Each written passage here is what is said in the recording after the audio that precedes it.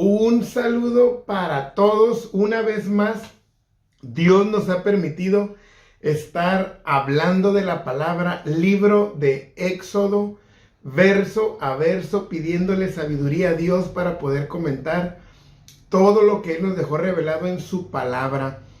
Es una bendición tener la pasión por la Biblia. Te invito para que comentes con tus amigos de la palabra de Dios, que cuenten las historias de la Biblia.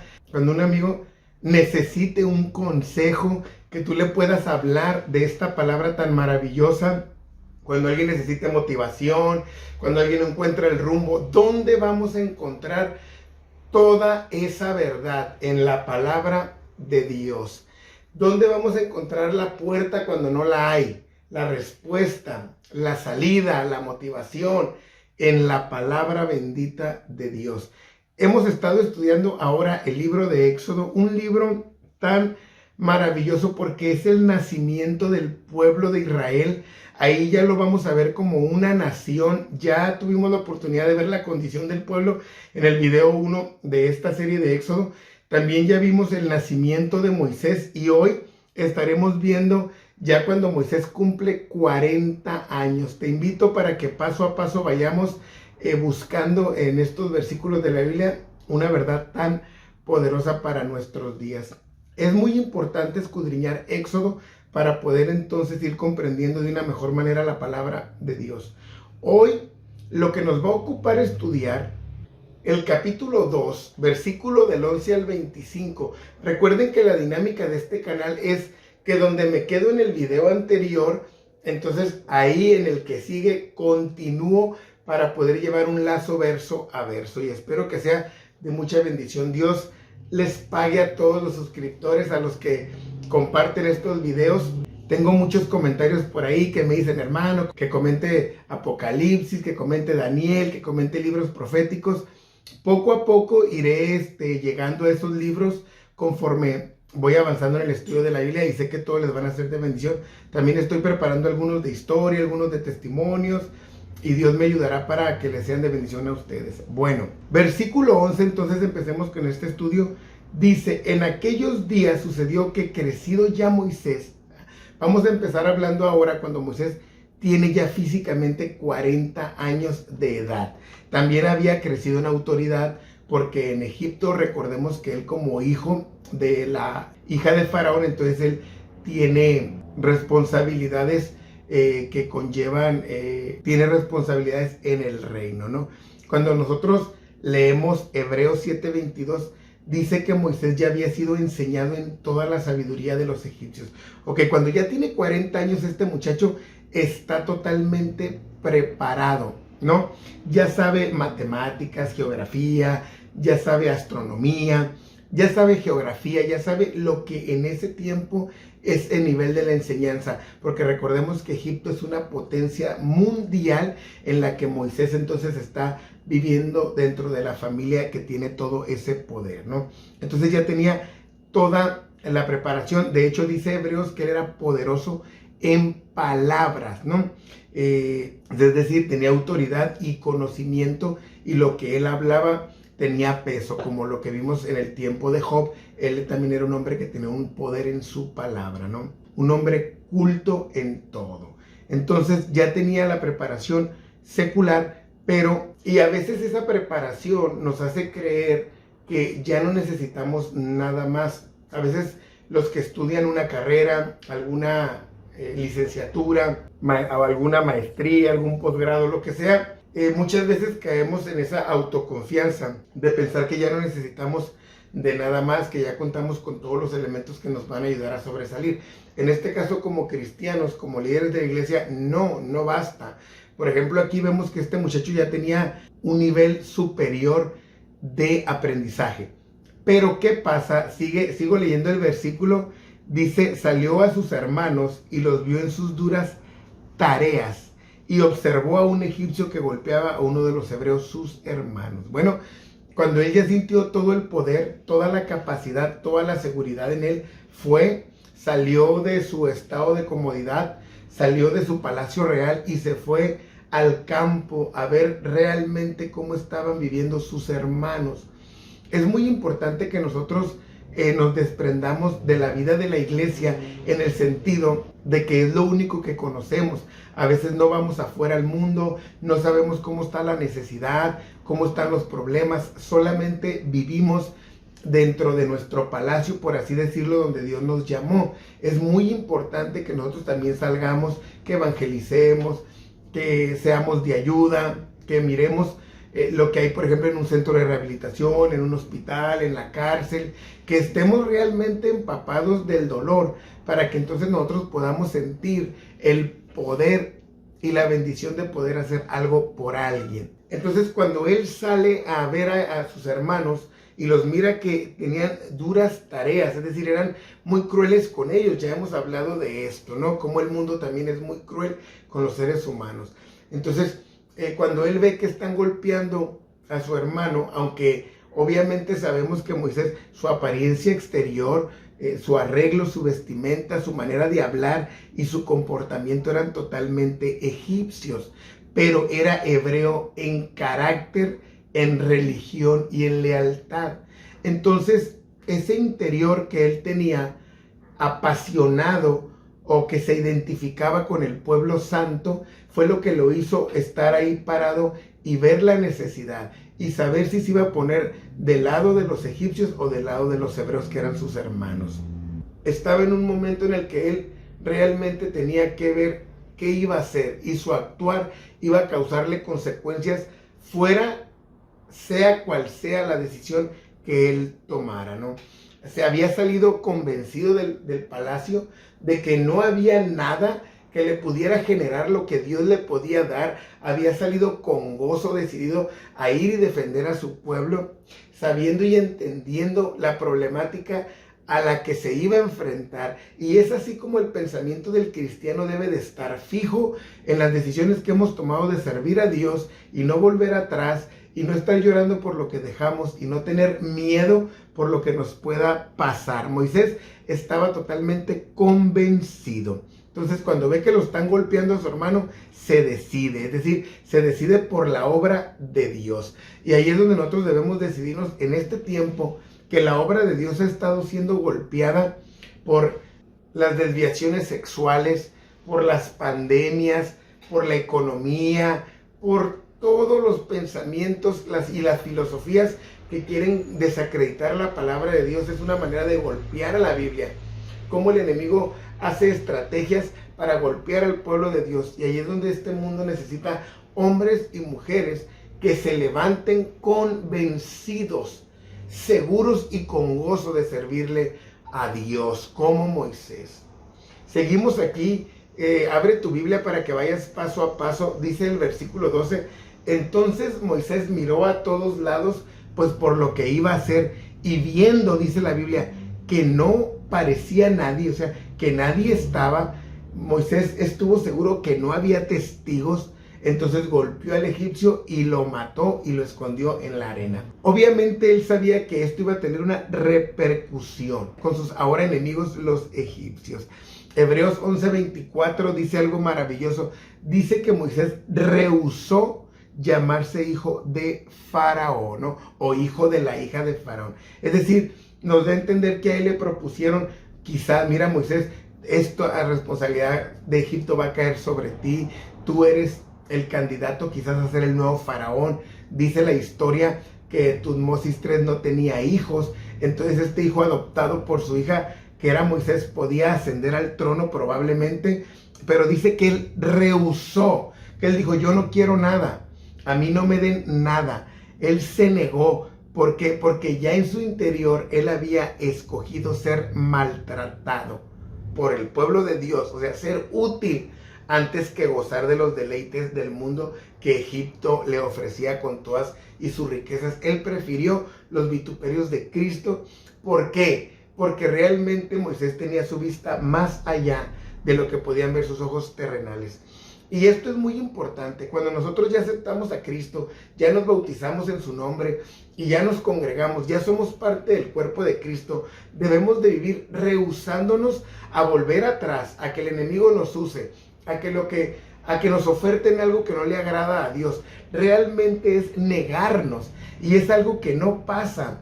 Hoy en día queremos ser cristianos, pero sin dejar nada, sin negarnos a nada, seguir disfrutando de todos los deleites del cuerpo, pero no es así. No podemos aceptar la oferta porque nada que nos dé el cielo se comparará con lo que nos puede ofrecer este mundo. Y Moisés sabía, él tenía claro el galardón que Dios le daría. Y así tú y yo en este tiempo debemos estar seguros del galardón. Mucha gente ya no busca ese galardón. Mucha gente ya se olvidó de esas promesas, pero tú debes de vivir esperando ese galardón eterno. Al día siguiente salió y vio a dos hebreos que reñían.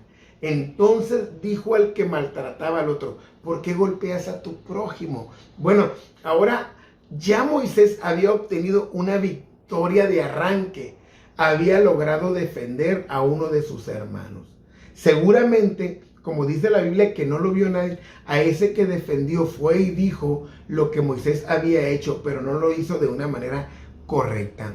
Quizás Moisés dijo: bueno, es una manera de congraciarme, ahora voy a tener algún crédito con ellos, como cuando a veces ayudamos a alguien y pensamos que ya con eso, y resulta que no, terminan pagándote más mal, terminan haciendo lo que no te imaginas, dicen, yo que lo ayudé, yo que le tendí la mano, y resulta que después parece que somos enemigos, ¿no? Entonces, él se quiso congraciar, pero no fue así. Otra cosa que quiero yo puntualizar y que pasa mucho en estos tiempos es que ellos, los hebreos, no entendían que ya con la opresión que tenían de los egipcios, con el maltrato de ellos, era suficiente.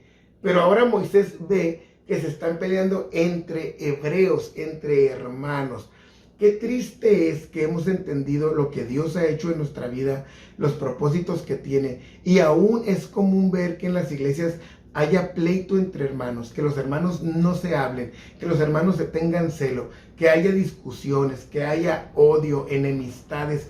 Es muy triste que viendo todo el ataque del diablo, con todas sus huestes de maldad y con todos sus principados que están buscando que tú y yo dejemos el camino de Dios, la senda antigua, la senda santa, sigamos peleándonos unos a otros.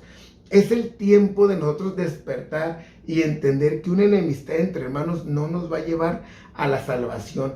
Moisés estaba viendo que se estaban peleando dos hebreos. No entendían realmente el tiempo en el que vivían. El enemigo se reía de ellos, y hoy el enemigo se sigue riendo de muchos hermanos que siguen en pleitos, que siguen en contiendas que no se pueden ver. Y esto es algo común en las congregaciones.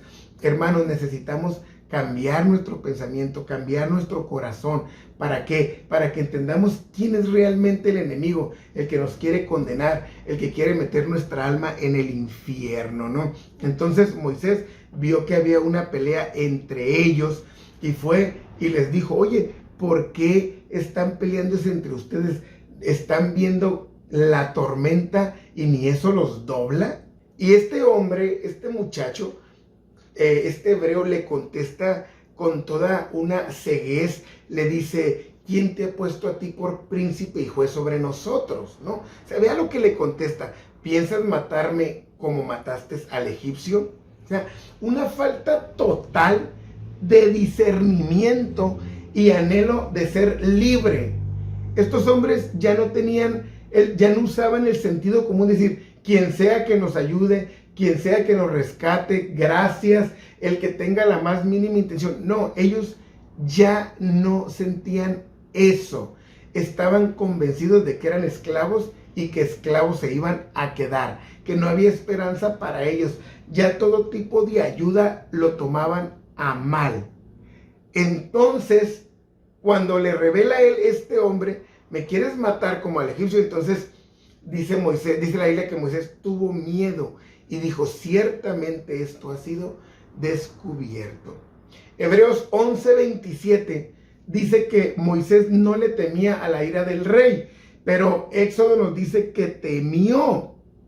Entonces, ¿cómo podemos conciliar o entender estos dos pasajes? Bueno, no tenía miedo a lo que le pasara a él, tenía miedo a que el plan no funcionara porque ya había sido descubierto. Entonces le dio miedo haberse equivocado, le dio miedo realmente morir sin cumplir el propósito de Dios.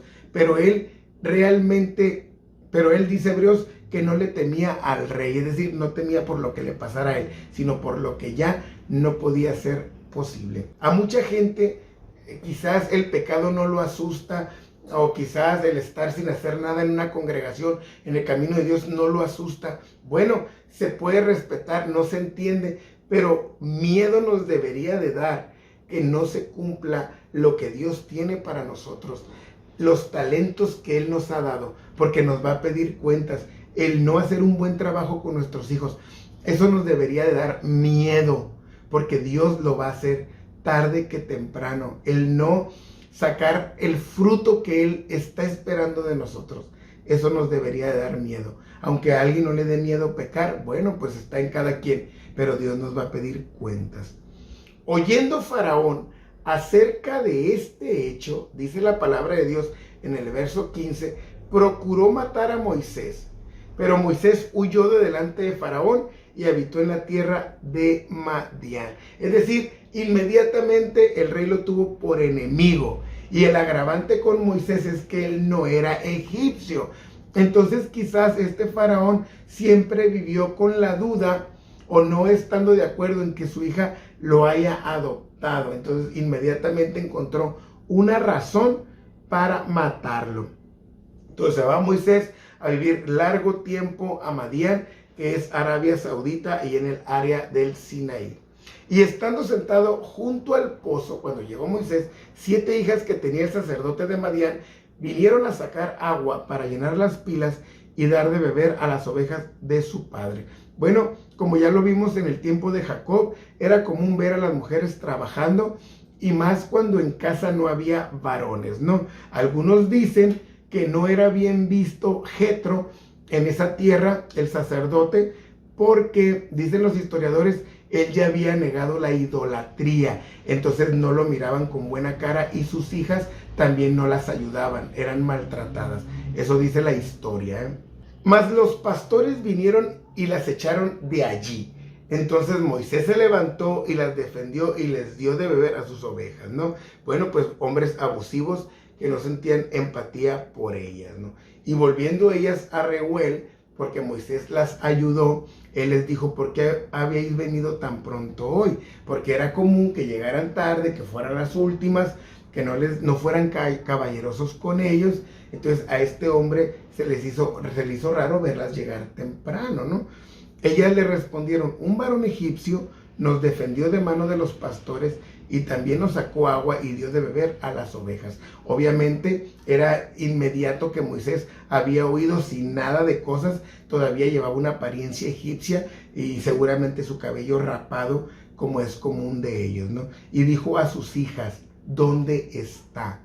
¿Por qué habéis dejado a ese hombre? Llamadle para que coma, ¿no? Están viendo que no hay hombres que ayuden, que no hay hombres caballerosos, y ustedes no están haciendo atentas con él. ¿Dónde está? Hay que invitarlo, ¿no? Quizás alguien de ustedes se beneficie con él. 7 hijas y no se había casado ninguna, ¿no? Y Moisés convino en morar con aquel varón, y él dio su hija Séfora por mujer a Moisés. Es decir, se conocieron y llegaron a un acuerdo donde Moisés trabajaría y iba a ser beneficiado para hacer una familia. ¿Qué mejor cosa para un forajero, para un extranjero, el llegar a un lugar y establecerse con trabajo, con sustento y con mujer? Eso es lo que pasó con Moisés. Entonces esta mujer Séfora le da a luz un hijo y le ponen Gersón, porque dijo Moisés: soy forastero, yo no soy de esta tierra, pensando en que tenía que volver a la tierra que era de él, ¿no? Aconteció que después de muchos días murió entonces el rey de Egipto. Dice la historia que era Tutmosis III, el que gobernó por ahí 34 años más o menos, ¿no? Entonces los hijos de Israel durante este tiempo gemían a causa de la servidumbre. Habían pasado 40 años en los que Moisés había estado con su suegro y el pueblo seguía estando sufriendo, y clamaron a Dios porque el nuevo faraón también les cargó la mano y subió a Dios el clamor de ellos con motivo de su servidumbre. Siempre Dios está al pendiente de su pueblo. Siempre Dios está listo para atenderlos, siempre. Si tú estás en necesidad, en esclavitud, en dolor, en tristeza, Dios va a estar ahí para escucharte. Pero necesitas clamar a Dios porque tu clamor va a subir hacia su presencia. ¿Qué pasó? Dice, y oyó Dios el gemido de ellos y se acordó de su pacto con Abraham, Isaac y Jacob. No, se acordó, es un lenguaje humano para que nosotros entendamos que Dios ya va a hacer algo, que es el tiempo inmediato de actuar, ¿no? Que las oraciones llegaron. Y miró Dios a los hijos de Israel y los reconoció. Los oyó, se estaba enterado y los miró, es decir, los atendió, ¿no? Es como, por ejemplo, para que mejor me entiendan o entendamos la idea cuando nos está hablando un hijo. Apá, apá, apá, lo oímos y sabemos que algo necesita, que algo nos está pidiendo, pero no lo atendemos, ¿ok? Ahí es cuando Dios los oyó. Y cuando dice, y miró Dios, es decir, entonces los atendió. Es como cuando ya le digo yo a mi hijo, ¿qué pasó? ¿Qué se te ofrece? Ya lo oí y ya lo vi, o sea, ya lo voy a atender. Entonces vino Dios y los atendió. Hasta aquí voy a dejar este video del libro de Éxodo. Había pasado mucho tiempo en el que Moisés había estado trabajando ahí pastoreando ovejas. Quizás se sentía olvidado, quizás se sentía defraudado, no sabía a lo mejor para qué le servía tanto conocimiento, tanto estudio, el haber querido defender al pueblo de Dios. Él ya tenía la edad de 80 años, pero Dios estaba a punto de hacer algo impactante con él, que te lo contaré en el próximo capítulo.